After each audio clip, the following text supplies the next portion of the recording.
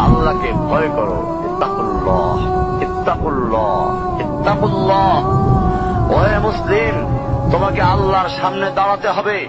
তোমার হিসাব নেওয়ার জন্য আল্লাহই যথেষ্ট, যিনি সব জানেন। তুমি যা গোপন করো ও প্রকাশ করো। তোমাকে অবশ্যই মৃত্যুবরণ করতে হবে। যখন তুমি দুনিয়ার সব কিছু ছেড়ে চলে যাবে, শুধু তুমি আখিরাতের জন্য যা সঞ্চয় করেছ তা নিয়ে সাবধান হও তোমার শেষ আমলের ব্যাপারে। তুমি জানো না কখন তোমার শেষ মুহূর্ত। তুমি কি প্রস্তুত মৃত্যুর জন্য? তুমি কি প্রস্তুত কবরের সওয়াল জবাবের জন্য?